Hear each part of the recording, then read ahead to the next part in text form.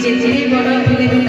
आउ गोटे किए बड़ तेणु निजक जदि आपण मैंने सब बड़े छोट करदे निजक जिते छोट करदे भगवान करुणा सब बड़े आपण जी निजक जिते बड़े बड़ भावे दब से भगवान क्या उपरको टेक देखिए से बोध हुए जिते कृष्ण जिते शोते प्रभु शोते पाद पाखे ही अर्जुन बसी निजक छोट कर पाद पाखे बसुले बोली सब कृपा कर निजक सब छोट भावतु प्रभु आप समस्त